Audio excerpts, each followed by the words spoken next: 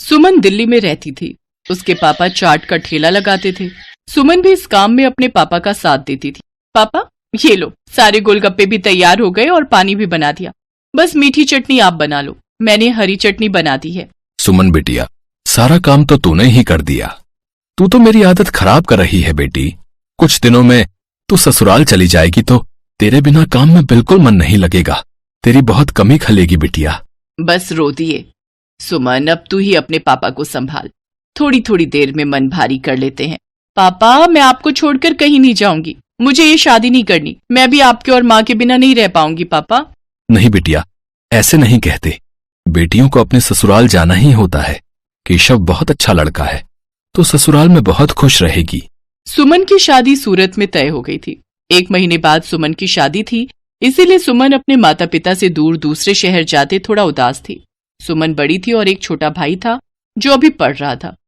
धीरे धीरे 1 महीना बीत गया और सुमन की शादी का दिन आ गया। सुमन के माता पिता उसे राजी खुशी डोली में विदा करते हैं। शादी के बाद सुमन दिल्ली से सूरत अपनी ससुराल आ जाती है। सुमन का पति केशव एक गैराज में गाड़ियों की मरम्मत करता था। सुमन समझदार थी, उसने आते ही पूरे घर को संभाल लिया। बस बहू, मैं और रोटी नहीं लूंगी, केशव को दे दे। बस एक ही रोटी देना, पेट में बिल्कुल भी जगह नहीं है। इतना स्वादिष्ट खाना बनाया है बहू कि मैं एक रोटी भूख से बढ़कर खा गई। कहा माँ जी, 2 निवाले की 1 रोटी होती है मेरी छोटी छोटी। अब मैं आ गई हूँ ना, तो रोजाना आपको ऐसे ही गरम गरम मेरे हाथ का बना भोजन खाना होगा। कोई बहाना नहीं चलेगा। हमारे तो भाग्य खुल गए बहू, जो तुम हमारे घर में बहू बनकर आई। जीती रहो। सुनिए, मैंने आपका टिफिन पैक कर दिया है, ये लीजिए। बस मैं 2 मिनट में आई। अब ठीक है, मैं बाहर तब तक मोटरसाइकिल निकालता हूँ। माँ जी, और क्या क्या राशन लाना है? बस यही बहू जो लिखवाया है, बाकी तुम अपने लिए जो चाहो खरीद लेना। ठीक है, मैं थोड़ी देर में लौटती हूँ। सुमन केशव के साथ मोटरसाइकिल पर बाजार चली जाती है। सुमन, कहो तो गैराज बाद में चला जाऊंगा। तुम अकेले घर सामान लेकर कैसे जाओगी? अरे आप चिंता मत करो, मैं ऑटो ले लूंगी। केशव सुमन को बाजार में छोड़कर गैराज जाने लगता है। तभी उसकी मोटरसाइकिल के आगे कहीं से एक पत्थर आ जाता है। केशव की मोटरसाइकिल लड़खड़ा जाती है और वो बहुत तेज गिरता है। केशव को काफी चोट आ जाती है। सुमन कुछ ही दूरी पर थी। हे ईश्वर, ये क्या हो गया? भाई साहब, थोड़ी मदद कीजिए। चिंता मत करो बहन जी, सब ठीक हो जाएगा। कुछ लोग सुमन की मदद करते हैं और केशव को बराबर के अस्पताल में ले जाते हैं। डॉक्टर केशव का इलाज करता है। कुछ देर बाद केशव को आराम मिलता है। ज्यादा गंभीर चोटें तो नहीं थी, पर केशव के पैर की हड्डी टूट गई थी। 2 दिन बाद केशव को छुट्टी मिलती है। माँ, मैं ठीक हूँ, बस पैर की हड्डी में ही तो फ्रैक्चर है। कुछ महीनों में मैं ठीक हो जाऊंगा, चिंता मत करो। अरे माँ हो ना बेटा, तू नहीं जानता, जरा सी खरोच भी बच्चे को आ जाए तो माँ का कलेजा निकल जाता है। और फिर तेरे तो इतनी चोट आ गई है। अब तो कुछ दिन के लिए गैराज भी नहीं जा सकता। जाना भी नहीं है, डॉक्टर ने अभी 6 महीने रेस्ट के लिए बोला है। आप चिंता मत करो, पैसों की कोई तंगी नहीं आएगी। मैं कोई काम शुरू कर देती हूँ ताकि घर में थोड़े पैसे आते रहें। तभी सुमन के माता पिता भी दिल्ली से आ जाते हैं। सुमन ने उन्हें फोन पर केशव के एक्सीडेंट की बात बताई थी, जिसे सुनकर वो रह नहीं सके। अब दामाद जी, काम की कोई चिंता मत करो। सुमन ने मेरे से चाट बनाना बहुत अच्छे से सीखा हुआ है। सुमन बिटिया, तू यहाँ सूरत में दिल्ली वाले गोलगप्पे शुरू कर, वो तो बहुत अच्छे बनाती है। कुछ दिन मैं यहाँ रुक जाता हूँ, जब काम सेट हो जाएगा तब मैं वापस चला जाऊंगा।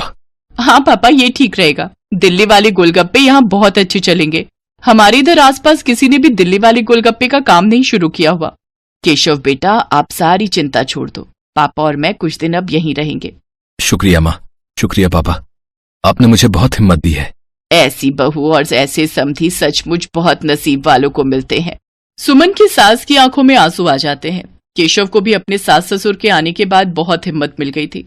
सुमन अपने पापा के साथ सूरत में गोलगप्पे का ठेला शुरू करती है, जिसके ऊपर लिखा था दिल्ली वाले गोलगप्पे। गोलगप्पे के दीवाने तो बहुत लोग हैं और सूरत में तो पानीपुरी के सभी दीवाने हैं। ये देखकर सुमन और उसके पापा ने गोलगप्पे का स्टॉल लगा दिया। उनके बने गोलगप्पे बहुत पसंद किए जाने लगे। सुमन बिटिया, मुझे पता है अब तुम काम अकेले संभाल लोगी। अब हमें चलना चाहिए। सूरज भी अपनी बुआ के घर बहुत दिन से रुका हुआ है। वो उन पर बोल रहा था कि हमारे बिना उदास हो रहा है। हाँ पापा, सूरज बहुत दिन अकेला रुक गया और आपको दिल्ली का भी तो काम संभालना है। वो भी बहुत दिनों से बंद पड़ा है। अब तो मैं सब कुछ संभाल लूंगी, आप मेरी चिंता मत करो। सुमन के माता पिता वापस दिल्ली लौट जाते हैं। उन्हें आए हुए भी बहुत समय हो गया था। अब सुमन अकेले रोजाना गोलगप्पे का ठेला लगाने लगी। वो रोजाना सुबह उठकर गोलगप्पे और बाकी का सामान तैयार करती और बाजार निकलती। कुछ भी कहो सुमन दीदी, आपके गोलगप्पे का जवाब नहीं है। हम सारी सहेलियां रोजाना शाम को स्पेशली मार्केट आपके गोलगप्पे खाने के लिए आती हैं। हाँ सुमन दीदी, ये तो सच है, बहुत टेस्टी गोलगप्पे होते हैं आपके, साथ में खट्टा मीठा पानी, बहुत बढ़िया बनाती हो आप। बस आप सब ग्राहक तारीफ कर देते हो, मुझे काम करने में और प्रेरणा मिलती है। ये लो, इसी बात पर 2 गोलगप्पे फालतू खाओ।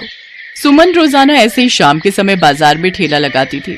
धीरे धीरे सुमन के गोलगप्पे पूरे सूरत में फेमस होने लगे। अब तो उसे शादियों और पार्टी के भी ऑर्डर मिलने लगे। इस काम में सुमन की सास भी उसकी मदद करती थी। कहीं भी शादियों और पार्टी के ऑर्डर मिलते तो सुमन अपनी सास के साथ जाती और वहां पर अपना स्टॉल लगाती। स्टॉल पर दिल्ली वाले गोलगप्पे लिखा देखकर लोगों की भीड़ सबसे पहले वहीं पर टूटती थी। बहुत अच्छे पैसे कमा लिए सुमन ने। फिर एक दिन सुमन केशव और अपनी सास से बोली, सुनो, अब तो तुम्हारी तबीयत में थोड़ा सुधार हो गया है। मैं सोच रही हूँ तुम गैरेज का काम छोड़ दो, हम गोलगप्पे की एक दुकान खोल लेते हैं। अब तो हमारे पास अच्छे पैसे इकट्ठे हो गए हैं, हम कुछ कारीगर भी रख लेंगे। सुमन, तुमने तो मेरी पूरी जिंदगी बदल दी। कहते हैं एक आदमी की सफलता में एक औरत का हाथ होता है, और तुमने तो मेरा बहुत साथ दिया है। तुम जैसा चाहती हो हम वैसा ही करेंगे। जीते रहो मेरे बच्चों। सुमन की मेहनत से सब कुछ अच्छा होने लगा। केशव और सुमन बाजार में किराए पर एक दुकान ले लेते हैं, जहां पर वो अपने साथ साथ कुछ कारीगर भी रखते हैं जो इस काम में उनकी मदद करते थे। कहते हैं परिस्थितियां तो जीवन में आती जाती रहती हैं। परिस्थितियों से डरकर नहीं, बल्कि परिस्थितियों का मुकाबला करके ही जीवन को सरल बनाया जा सकता है। जो व्यक्ति संघर्षों से लड़ता है वही ऊंचे मुकाम प्राप्त करता है। जैसा सुमन ने किया, वो परेशानियों से डरी नहीं, बल्कि उनसे बचने का रास्ता ढूंढा।